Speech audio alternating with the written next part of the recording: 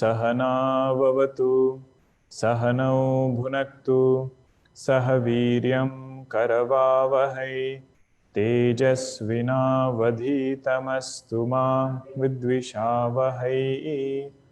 Om Shanti Shanti Shanti. Sadashiva Samarambham Shankaracharya Madhyamam Asmadacharya Paryantam Vande Guru Paramparam. Ramo Rajamanis Sada Vijayate Ramam Ramesham Bhaje Ramena Bihata Nishacharachamu Ramaya Tasmai Namaha. Raman Nasti Parayanam Parataram Ramasya Dasosmyaham.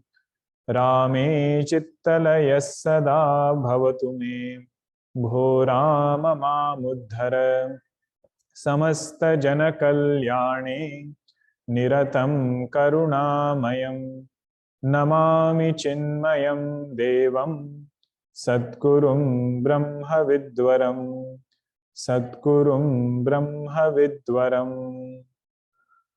Om Apyayantu Mamangani Vak Pranaschakshushrotramatho Balamindriyani Cha Sarvani Sarvam Brahma Upanishadam Maham Brahma Nirakuryam Ma Brahma Nirakarut Anirakaranamastvanirakaranam me astu Tadatmani nirateya upanishatsu dharmaha te mai santu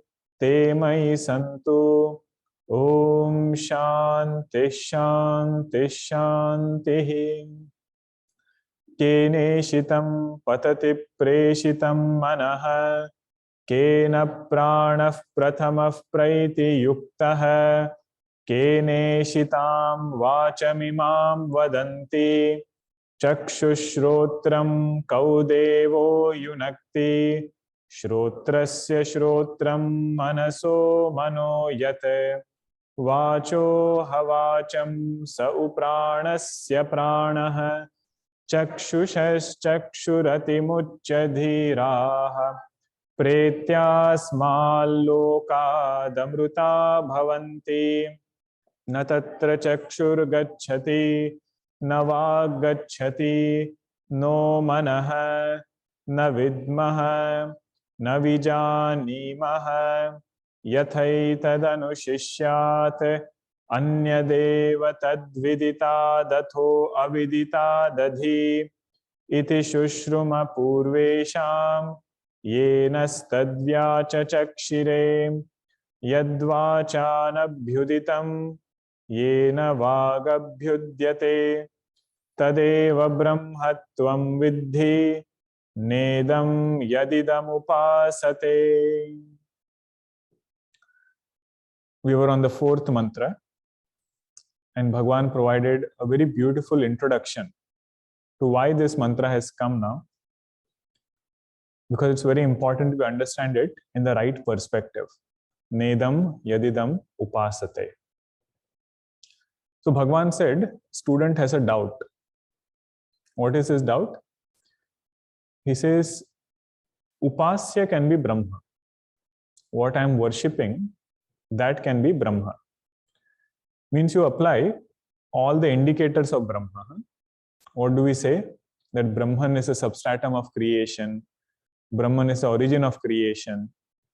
It is Ananda Swarupa. So he says, I'm okay to put these titles on Upasya. What I am not understanding is, how can Upasaka also be Brahma? How can Upasaka be the substratum of creation? Upasaka be Ananda Swarupa? I don't see that in me. That is his question. So before we went into the mantra, we saw the general idea of Upasana.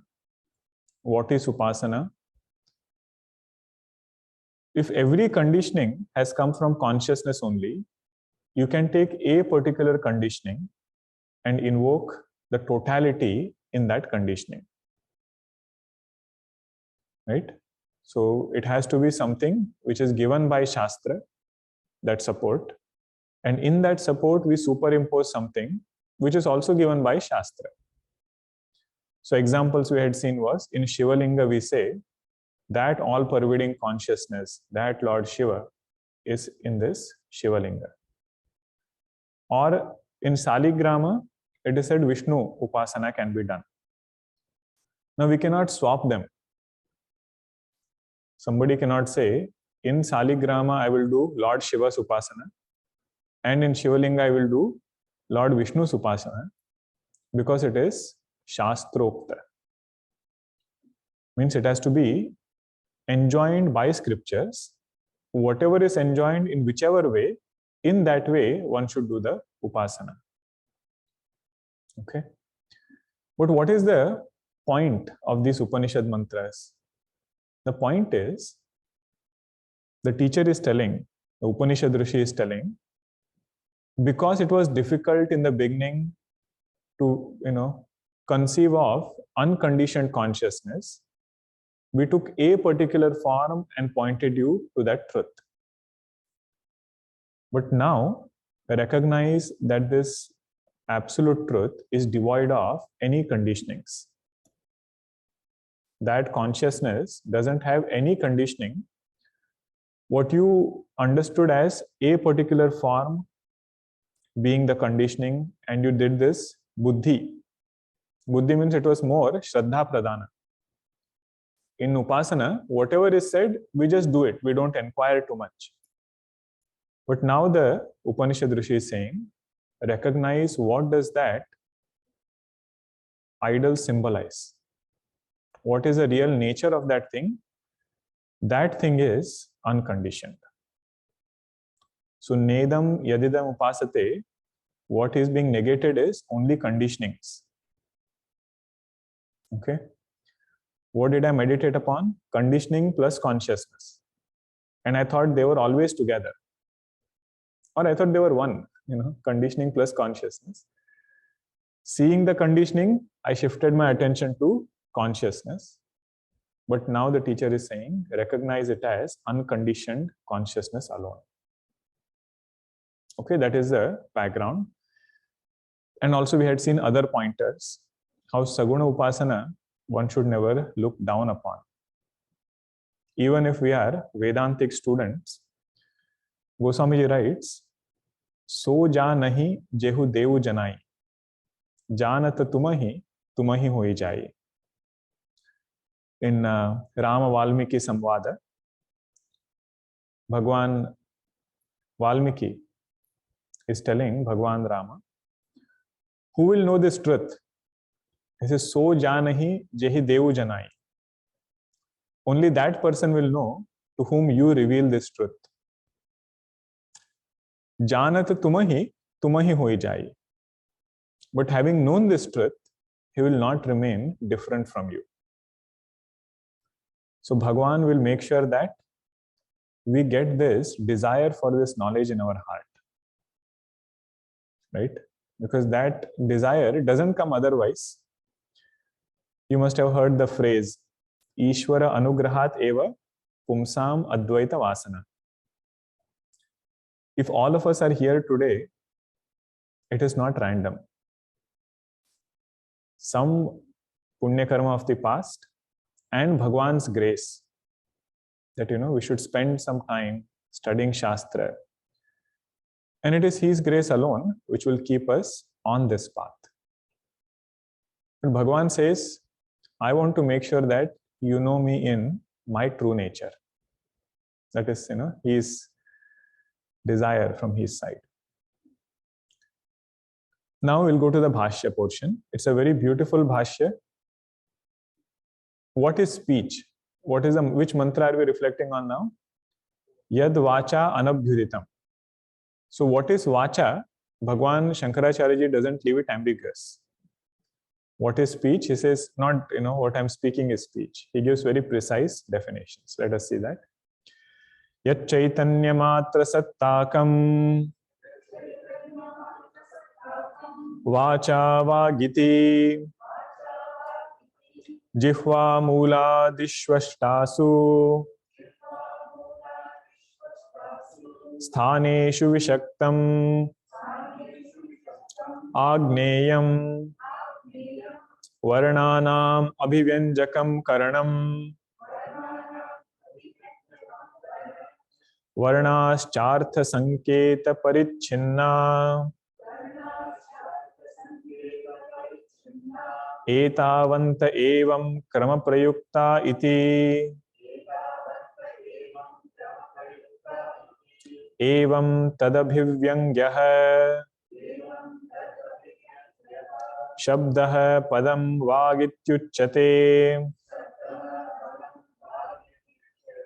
अकारो वै सर्वा वाक् सैषस्य सैषास्य स्पर्शान्तः स्पर्शान्तस्तोष्माभिः व्यज्यमाना बह्वी नानारूपा भवति.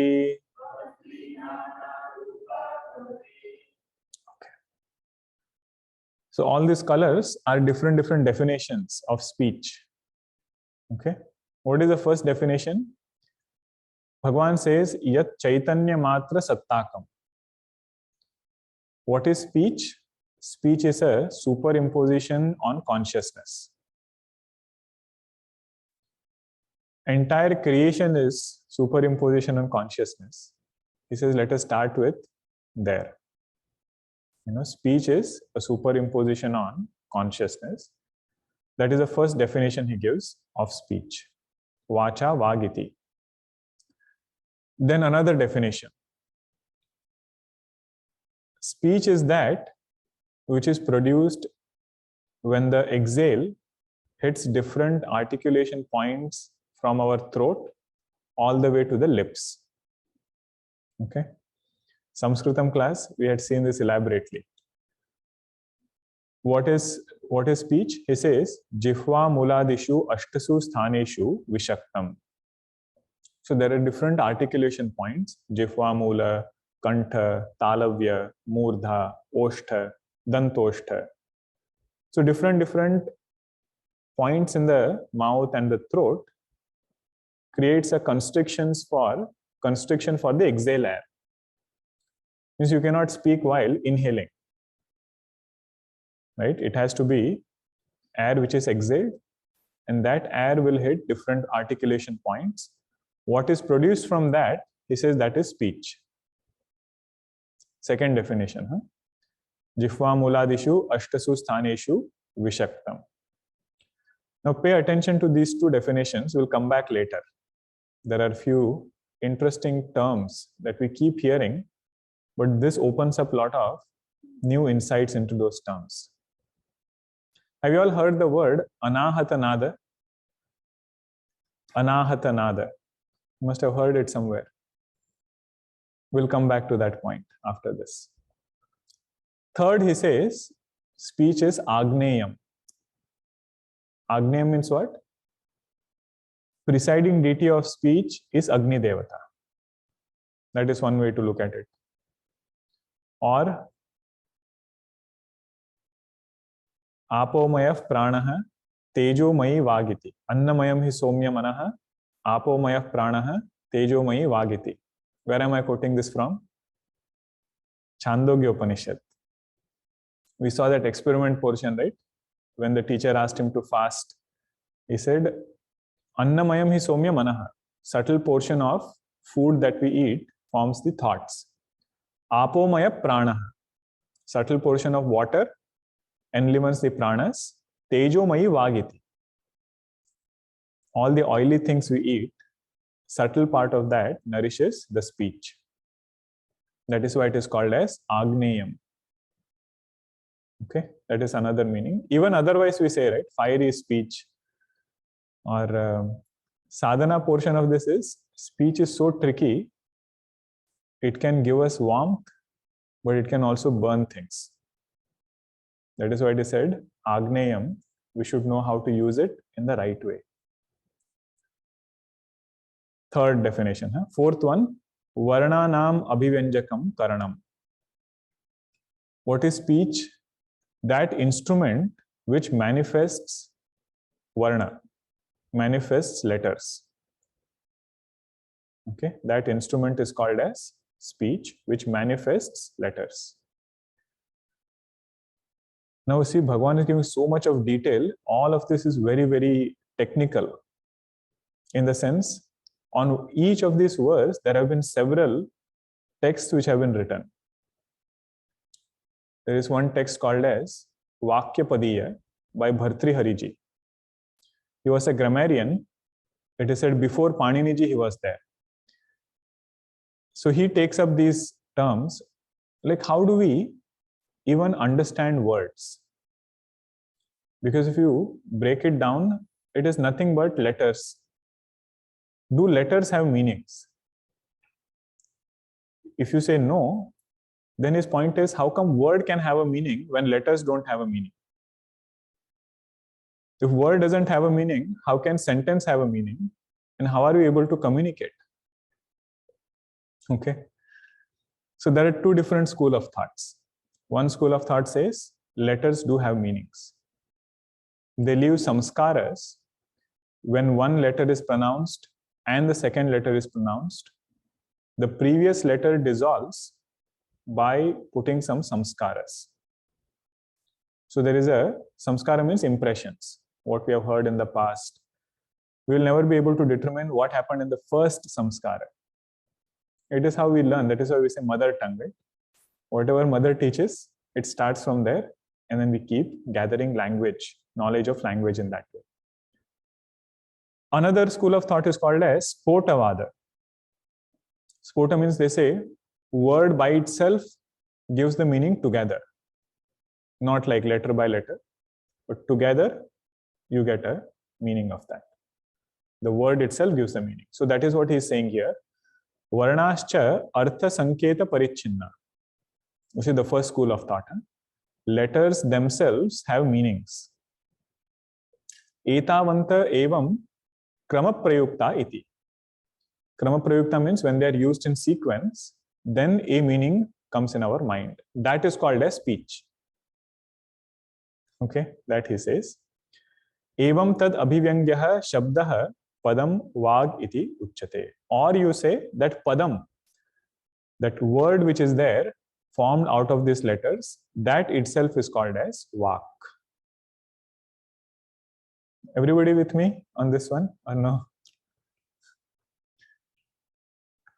You don't have to worry too much about the technicalities of it, but just we can appreciate how much of depth is there in the word vak.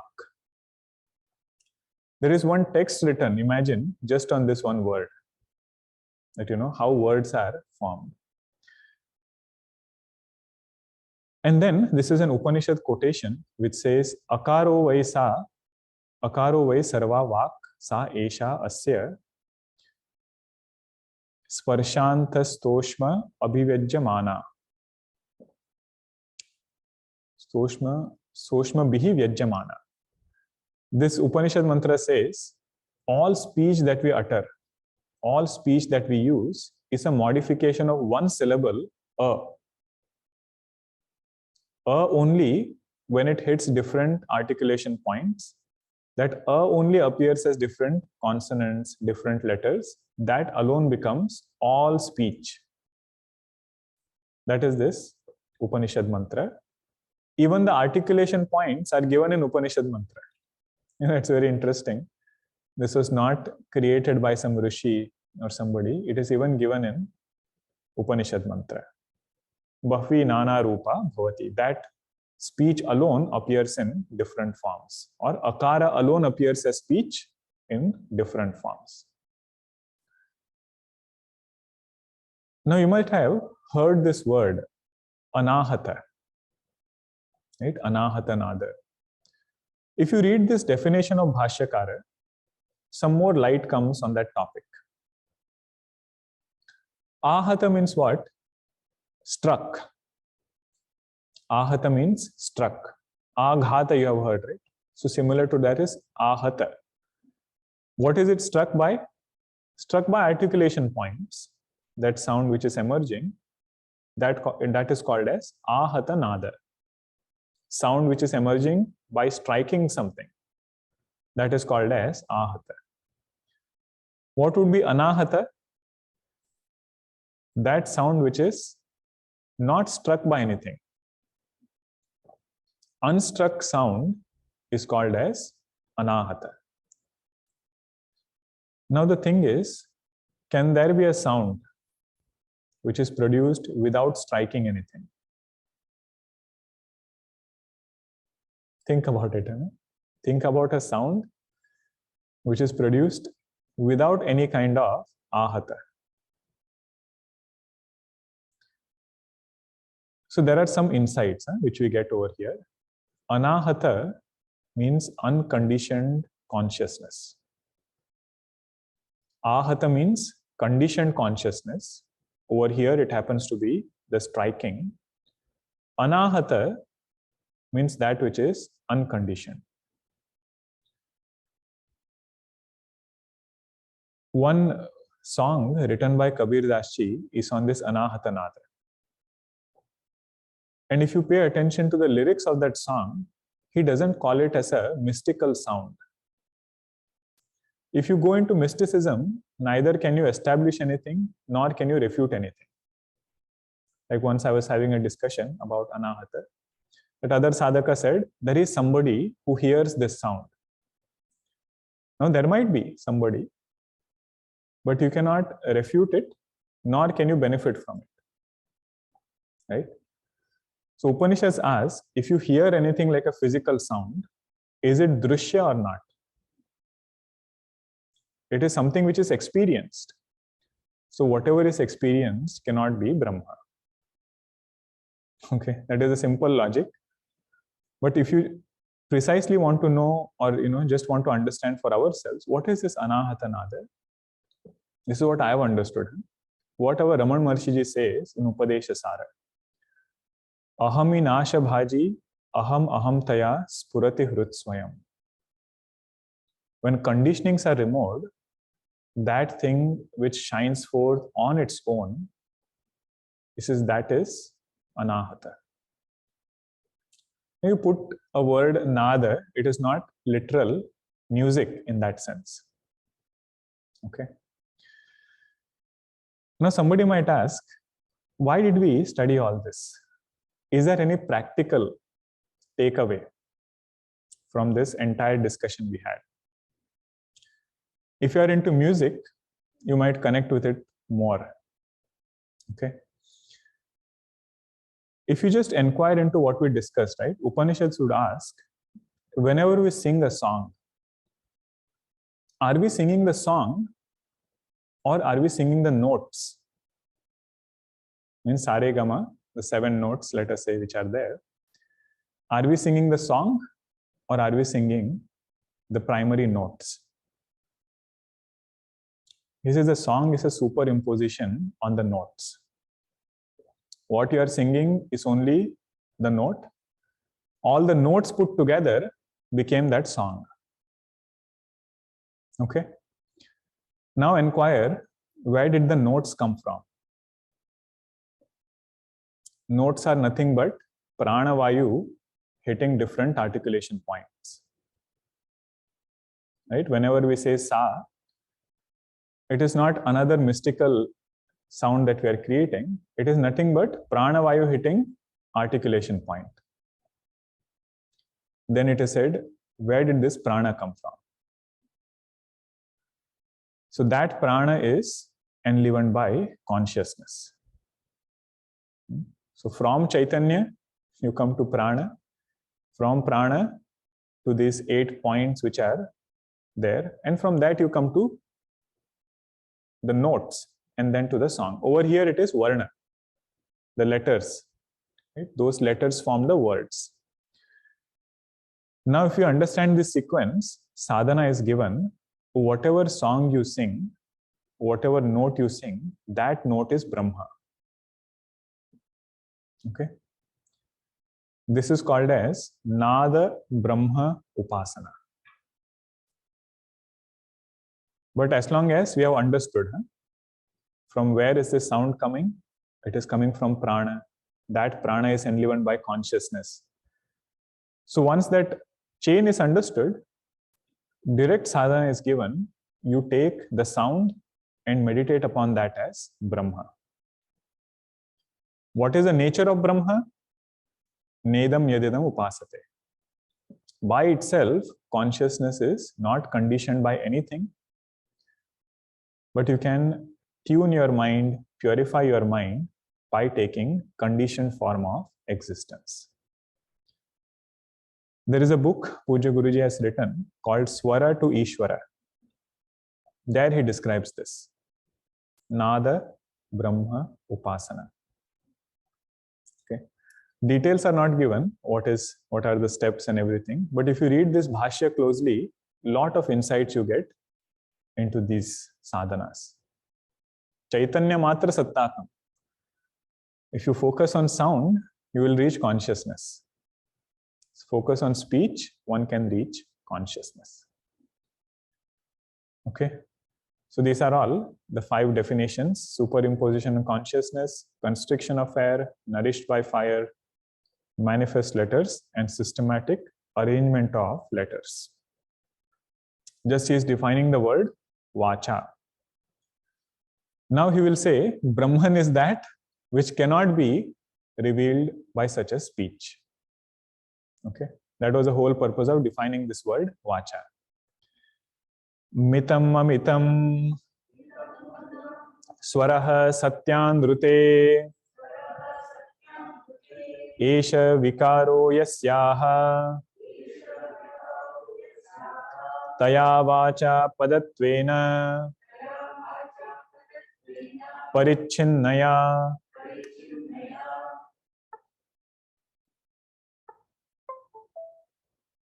Started blinking. Hope everything is okay.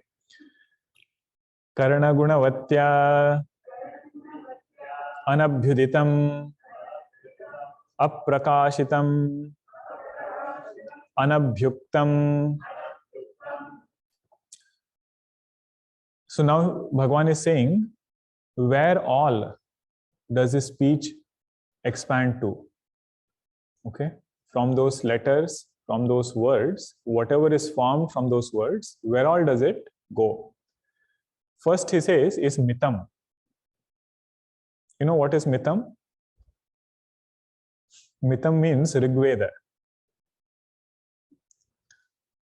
Those mantras which have niyata pada, means they are in some systematic arrangement, that is called as Rigveda. They are called as Rigveda mantras. Okay, so mitam means Rigveda.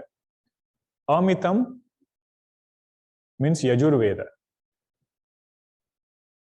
where there is not too much of arrangement of mantras, systematic arrangement is not there, that is Yajurveda. Third is Swaraha. Swaraha means Samaveda.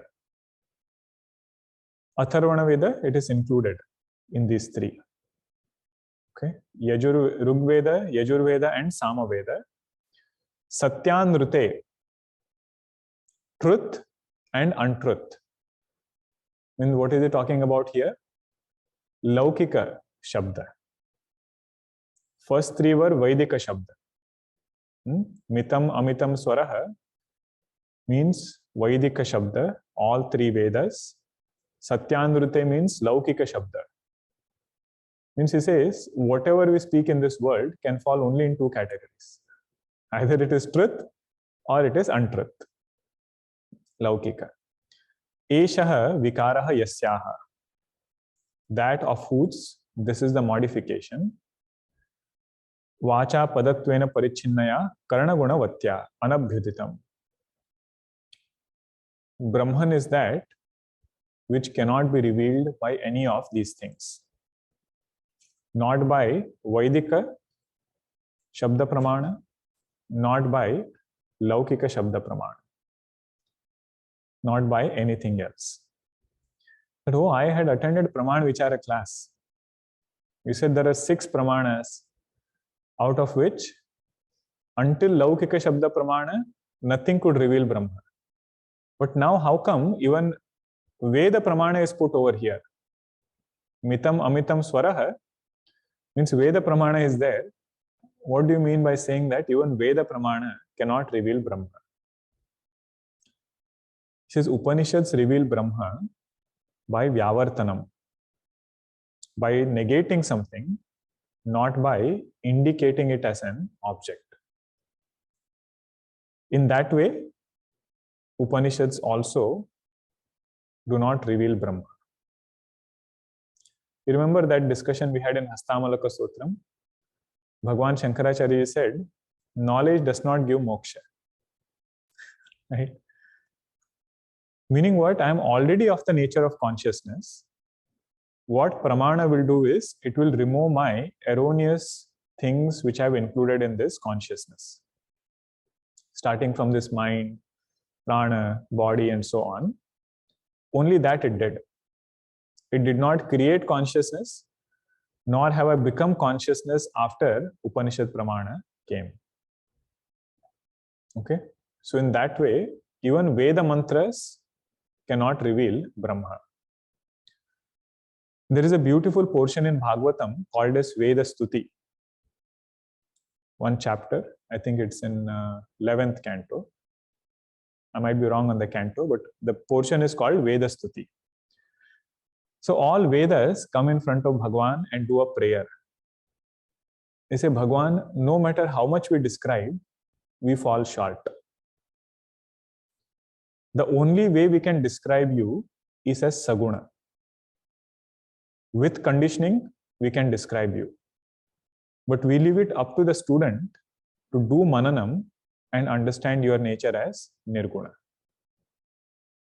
This is the prayer. Huh? All Vedas, they come and do stuti.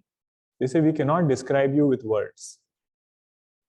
All we can do is describe you as saguna, and then through Mahavakya, student should understand unconditioned consciousness. Sometimes we hear even saguna Brahma is beyond description. Right? Whatever is infinite, how can you describe that thing? Saguna Brahma is indescribable because it is infinite. Means gunas are so many. That is why you cannot describe it. Nirguna Brahma is indescribable. Why? Because it doesn't have Shabda Pravritti Nimittani. You remember that 5 things we saw? Jati, Guna, Kriya, Sambandha, Rudhi. Right? 5 things by which a thing can be indicated. 5 attributes. None of those attributes are there for Brahma, Nirguna Brahma. So speech cannot reveal Nirguna Brahma in that way. Okay? So both we should appreciate. So what is the main point here? Even Laukika Shabda, even Vaidika Shabda Pramana cannot reveal Brahma as an object. It will only negate things which are included there. You know, Bhagwan's mechanism of speech, if you just pay attention, it's so wonderful. What he has done is, if you notice the steps, right, how we speak, we don't directly start speaking. There is a thought which comes in our mind first. Let us say you want to describe a beautiful mountain that you saw. You went for a vacation, something came in the mind. Now that thought has come, right? That thought will go and bring Vani, the instrument of speech. It will go and call it, as though to express what is there in this mind. Then it becomes speech. But remember, it is only sound waves. There is no meaning there. There is nothing called as speech there. While we are talking, it is only sound waves which are there. When it hits our ear, that same sound gets translated into a thought. And that thought if it comes clearly, that gets communicated to the speaker. You see the mechanism of speech, huh? How to transfer a thought from one mind to another mind. Bhagavan has said, we'll use this prakriya, this method. But the main point is, I am not this speech, I am the enlivener of speech. Okay. Now Bhagavan gives a lot of Upanishadic quotations to show what? Yad vacha anubhyuditam yena vag abhyudyate. Atman is that by which speech is illumined. Speech cannot point out Brahma. Okay, different Upanishadic quotations. If somebody is a sincere student, what that person will do when he sees such quotations? They will go to that source and find out what is the relevance of that quotation here. Because Shankaracharya will write only few words. Okay, he will not quote the entire mantra. He will not quote what came before it, what came after it. He will just quote those few words. But if you go back there, lot of light will be thrown on this. Okay, so I don't expect all of you to do that right away, but we'll just reflect on it. What is the purpose of these quotations? This I will just read. Yena brahmana vivakshite arte sa karana vak abhyudyate. That Brahman by which the speech is illumined. Chaitanya jyotisha prakashate prayujyate iti etat. What is the nature of that Brahma? It is Chaitanya Jyoti. It is of the nature of consciousness. That is what illumines this speech. Yat vacho havak iti uktam. Just now it was said, vacho havacham. Then comes this Upanishadic quotation. Now this is the fun part. Vadan vak. This is an Upanishadic quotation from Brihadaranyaka, where the mantra says, what happens in our physical body, what happens for Jiva in general, is same consciousness appears in different abilities, like ability to speak, ability to hear. But because it appears through different abilities, we fail to recognize it is one consciousness, which is appearing as many. Attention also doesn't go to the fact that speech is enlivened not by itself, but by that consciousness. So Vadan Vak says, that mantra says, if you have an animal's footprint and you trace that footprint, you will reach that animal. In the same way, we should trace our sense organs, you will reach consciousness. That is the symbolic, and that is the meaning of this quotation, Vadan Vak. Same Chaitanya appears as different abilities, which also means if you trace it back, you will reach Chaitanya. Vadan Vak. Yaha vachamantare yamayati. Consciousness, what is that? It is that thing which is seated inside and it is controlling the speech. Yamayati means it is controlling, but antare sthite.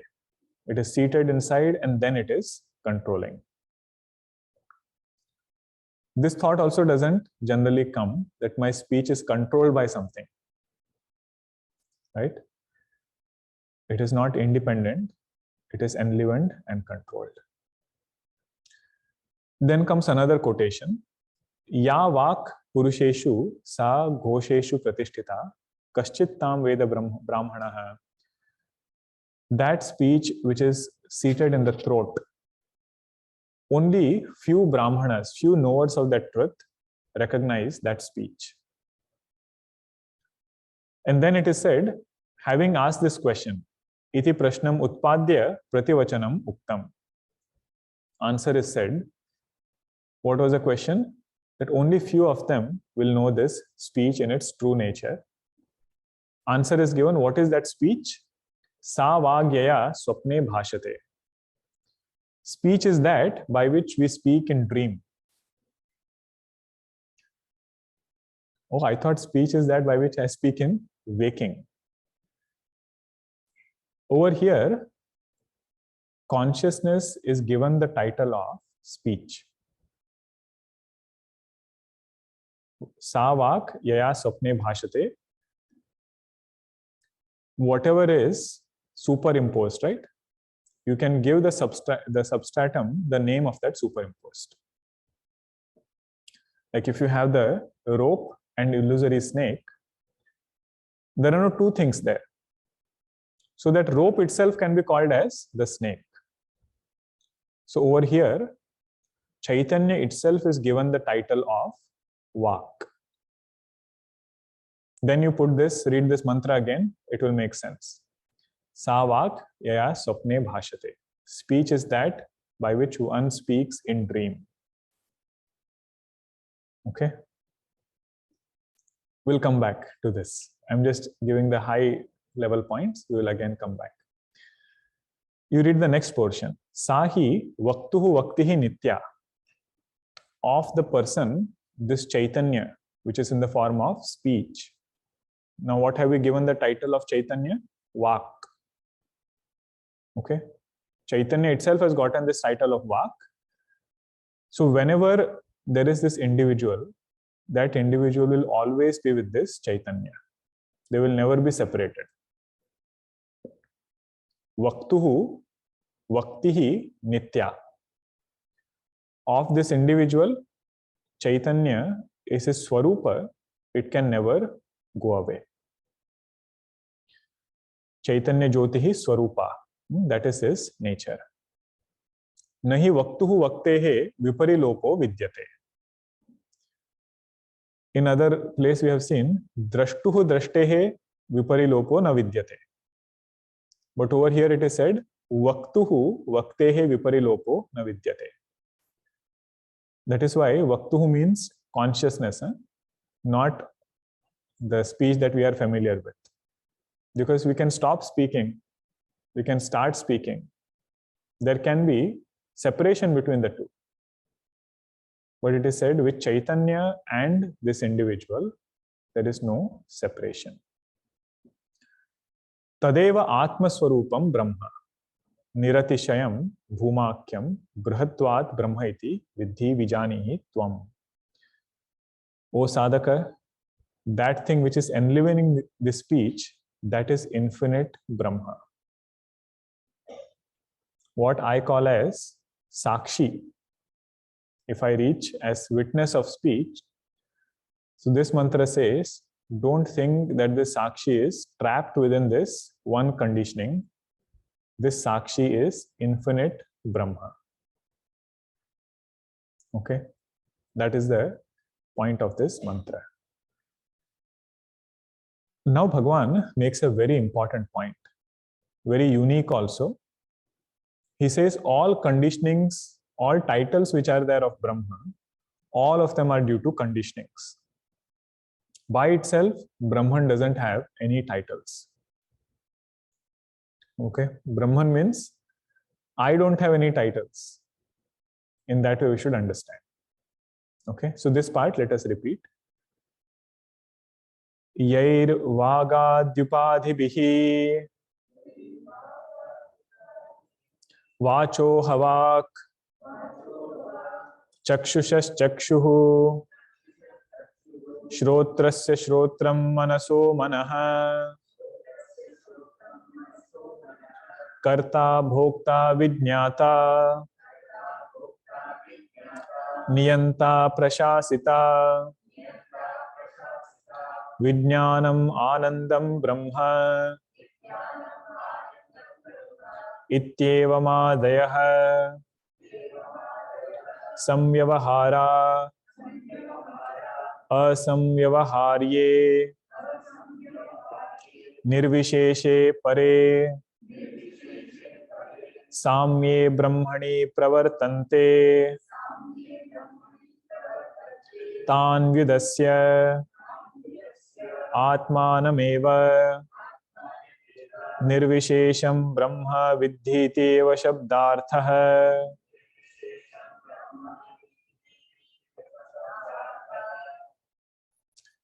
So Bhagwan is pointing out 4 types of titles. And he says all the 4 types of titles of Brahma are because of conditionings, not by itself. Okay. First title is from Shastra. What are those? Vacho Havak, enlivener of speech. Even that title of being an enlivener of speech, he says it's not title of Brahma. If your attention is on speech, then Brahman gets the title of enlivener of speech. Okay. Chakshushas chakshuhu, eye of the eye. When attention is on eyes, Brahman gets the title, it is the enlivener of eyes. Shrotrasya shrotram, ear of the ear. He says all titles are because of conditionings. By itself, Brahman doesn't have any title. If you want nishtha in Advaita, conviction in Advaita, these are the bhashya portion that we should hold on to. If there is no two, then where is the question of title also? He says only from the standpoint of conditioning, consciousness will get different titles, not from its own standpoint. Then comes the titles that we give. Karta, Bhokta, Vijnata. Doer, enjoyer, and knower. These are titles of Jivatva. First one was titles from Shastra. Second is title of Jivatva, given out of ignorance, you can say. But main point is all titles are because of conditioning, not on its own. Okay. Titles of Ishwaratva. Niyanta means one who controls. Prashasita, one who governs. Even that title is because of conditioning. Bhagwan's true nature is pure consciousness. Okay, we'll come to this point, but let us just go through the literal meaning of the bhashya first. True nature is Chaitanya. With conditioning, total conditioning, same consciousness gets the title of Niyanta and Prashasita.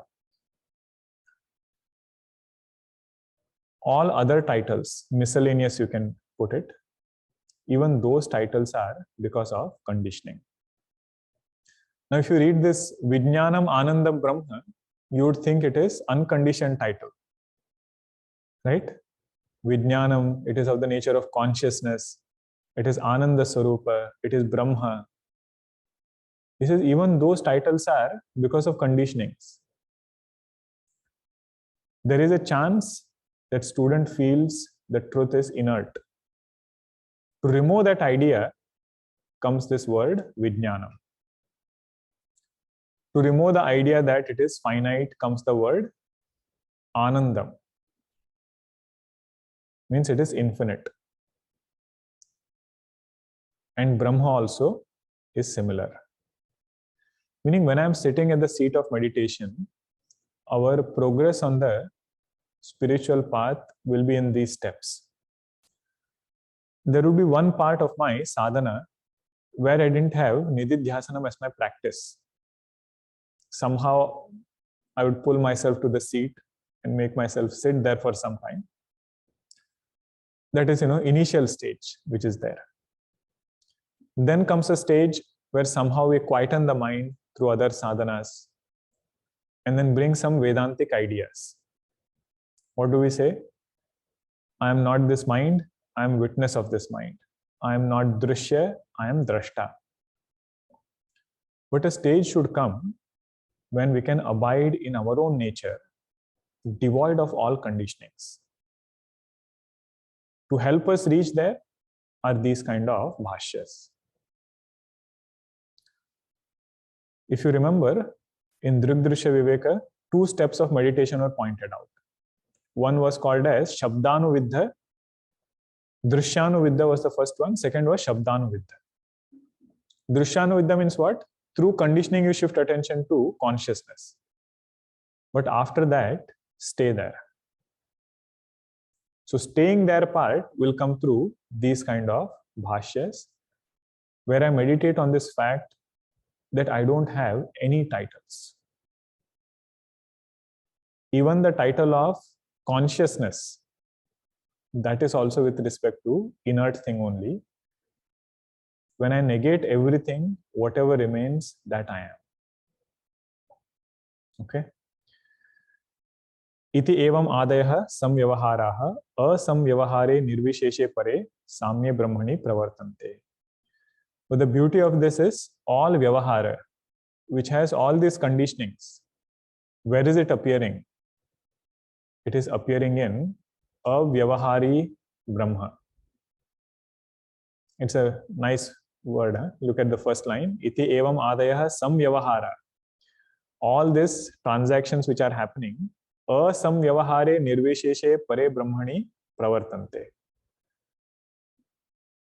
All vyavahara is happening in nirvishesha Brahma. You know what it means? If vyavahara is happening in avyavahari Brahma, that vyavahara has to be mithya.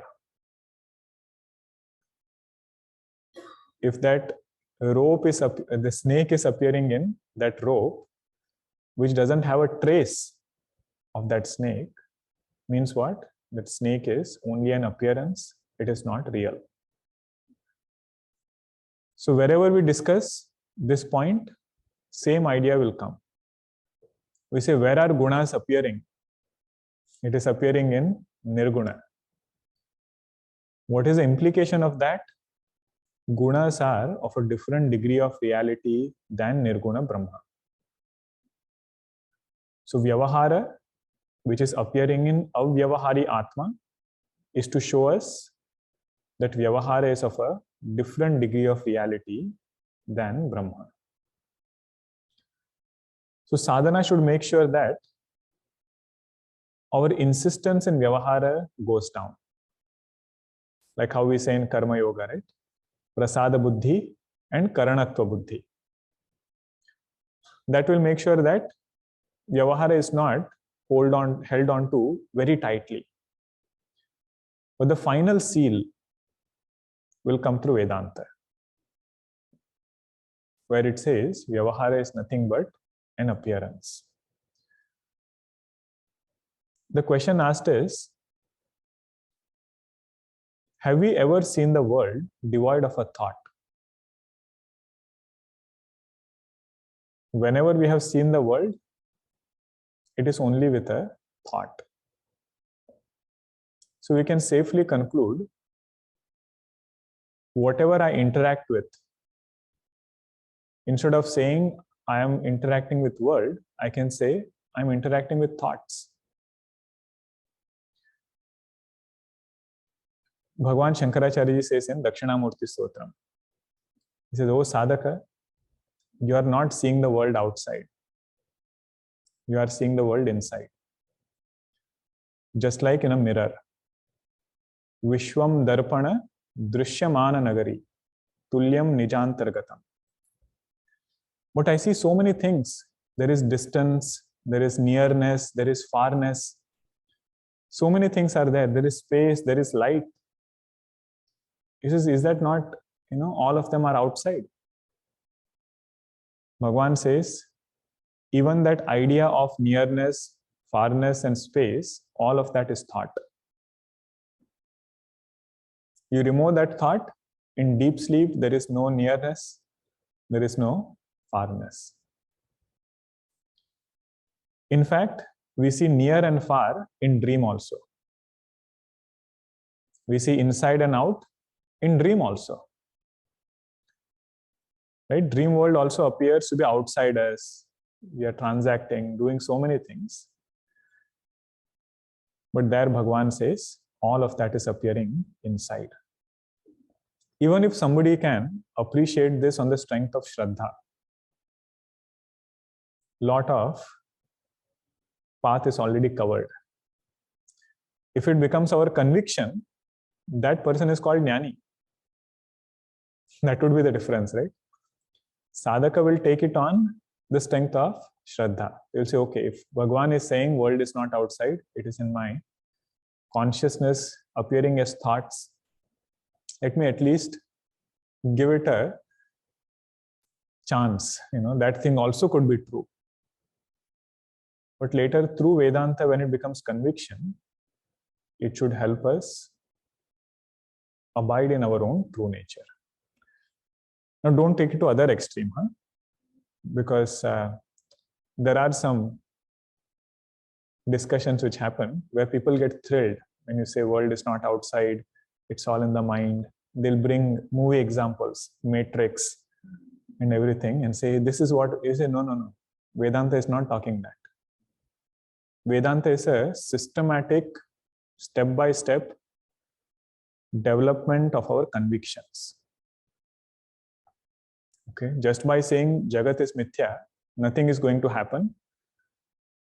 We have to get this conviction for ourselves step by step. And Vyavahara will go on as per dharma. It has nothing to do with mithyatva. Hastamalakacharya Sotram, that example you always remember. Knowing that pot is mithya doesn't stop me from filling water. Okay. Knowing that Jagat is mithya doesn't stop me from Vyavahara. It will become sweeter. Why? Because Vyavahara is appearing not in Brahma. Vyavahara is appearing in me. Because I am Brahma, right? It becomes another paroksha vastu otherwise. You say Vyavahara is appearing in Brahma, that Brahma is wonderful. You say, no, Vyavahara is appearing in me. How should my sambandha be with every object of this Vyavahara? No part of my body I feel is different from me, right? Anything happens anywhere, that sensitivity will be there. So Bhagavan says, Jnani's sensitivity is like that. Atmaupamyena sarvatra samam pashyati Arjuna. Sukham va yadi va dukkham. Wherever there is sukham, he will relate to it as though it is their sukham. Dukkham also as though it is his or her own dukkham. Last part.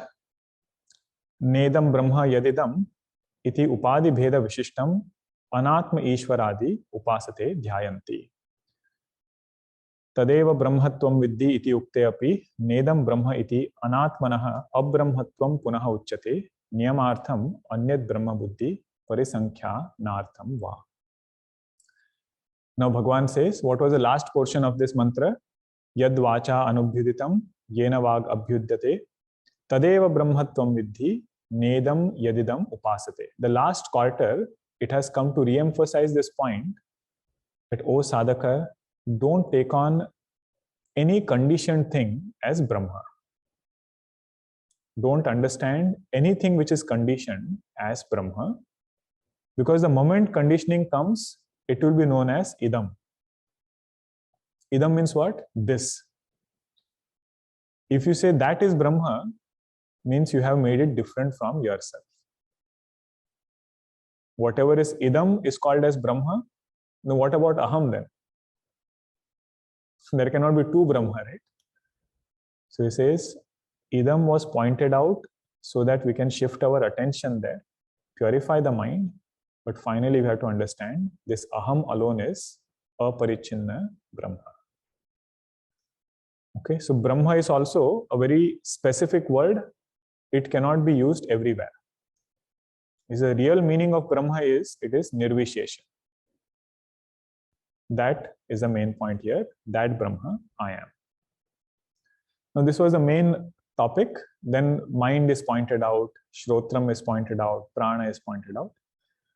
That hopefully will not take much time. So we will not have our Saturday class for the next 2 weekends. We will meet after we resume. I am very happy that we could do this class. This was something we added this semester. I was very apprehensive how it will be received and how all of you will feel comfortable with this. But I think attendance was consistent and all of you enjoyed just as much as I did.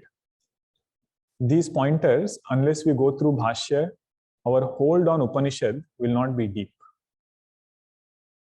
And there is no topic in Vedanta which is difficult. No topic.